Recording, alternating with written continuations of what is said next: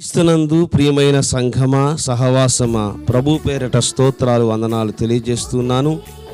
పరిశుద్ధ గ్రంథమైన బైబిల్లో ఒక్క మాట ఈ పూట మీకు జ్ఞాపకం చేయాలని నేను ఆశపడుతున్నాను. యాకోబు రాసిన పత్రిక 5వ అధ్యాయము 14వ వచనం.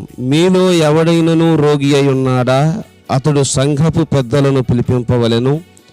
వారు ప్రభువు నామమున అతనికి నూనె రాసి అతని కొరకు ప్రార్థన చేయవలెను. విశ్వాస సహితమైన ప్రార్థన ఆ రోగిని స్వస్థపరచును. ప్రభువు అతన్ని లేపును. అతడు పాపములు చేసిన వాడైతే పాపక్షమాపణ నొందును. వింటున్నారా ప్రియులారా? దేవుని వాక్యము చాలా స్పష్టంగా చెప్తుంది. విశ్వాస సహితమైన ప్రార్థన రోగిని బాగు చేస్తుంది. ప్రభువుతో ప్రార్థించటం అనేది ప్రభుతో మాట్లాడటం అని అర్థం. ప్రభుతో సంభాషించటమే ప్రార్థన. మాకు ప్రార్థన రాదండి అని చాలామంది అంటారు. ప్రార్థనే నేర్పిస్తుంది. నీవు మోకరించి ప్రభుని స్తుతిస్తూ ఉంటే పరిశుద్ధాత్మ దేవుడు ఎలాగూ ప్రార్థన చేయాలో ఆయన నీకు చాలా చక్కగా నీకు ప్రార్థన నేర్పిస్తూ నీ నోట ఆ పలుకులు పలికింపజేస్తాడు. ఎప్పుడూ ప్రార్థన చేయని వారైతే, అనారోగ్యంతో బాధపడుతూ ఉంటే సంఘంలోని అనుభవం కలిగిన పెద్దలు వెళ్ళి నూనె రాచి ఆ రోగికి ఏ భాగంలోనైతే అనారోగ్యంతో బాధపడుతూ ఉన్నాడో ఆ యొక్క రోగిని సంప్రదించి ఆ బలహీనత మీద నూనె రాచి ప్రార్థన చేసినప్పుడు తప్పకుండా దేవుడు ఆ రోగిని స్వస్థపరుస్తాడు. ఒకవేళ అతడు పాపములు చేసిన వాడే అయితే పరిపూర్ణమైన పరిశుద్ధునిగా ప్రభు తీరుస్తాడు.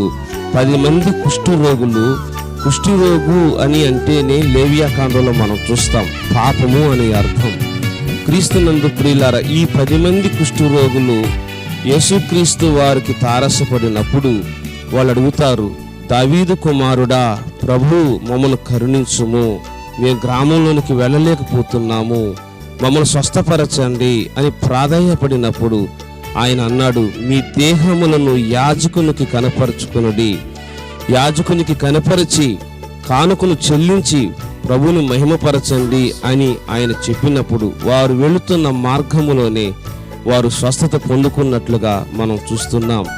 పొందుకున్న వారిలో ఒక్కడు తిరిగి వచ్చాడు. ప్రభు ఎదుట మోకాళ్ళు వేశాడు. ప్రభు, నేను నీకు కృతజ్ఞునై ఉన్నాను అని తెలియజేశాడు. ఆయన అన్నాడు, మిగతా 9 మంది ఎక్కడా? మొత్తం 10 మంది కదా, 10 మంది బాగుపడ్డారు కదా, ఒక్కడే తిరిగి వచ్చాడు. విశ్వాస సహితమైనటువంటి కృతజ్ఞత. క్రీస్తునందు ప్రియులారా, అతని కుష్ఠరోగాన్నే కాదు, హృదయంలో ఉన్న పాపాన్ని కూడా ప్రభు కడిగి వేశాడు. జాగ్రత్తగా గమనించండి. మన ప్రార్థన మన రోగమే కాదు, మన పాపాలను కూడా ప్రభు క్షమిస్తాడు, పరిశుద్ధులుగా తీరుస్తాడు. క్రీస్తునందు ప్రియులారా, హన్నా మొరపెట్టింది. షీలోహు మందిరంలోకి వెళ్ళి గర్భఫలం లేకుండా ఉన్న ఆమె, గొడ్రాలు అని నిందలు మోస్తున్న ఆమె కన్నీరు కార్చింది. తన మనోవేదన ఆయన సన్నిధిలో విన్నవించుకుంది. గొప్ప దైవజనుడిని సమూయేలు అనేటువంటి భక్తుణ్ణి ఆమె గర్భవాసాన దేవుడు పుట్టింపజేశాడు. క్రీస్తునందు ప్రియులారా, నీ ప్రార్థన కూడా వ్యర్థము కాదు.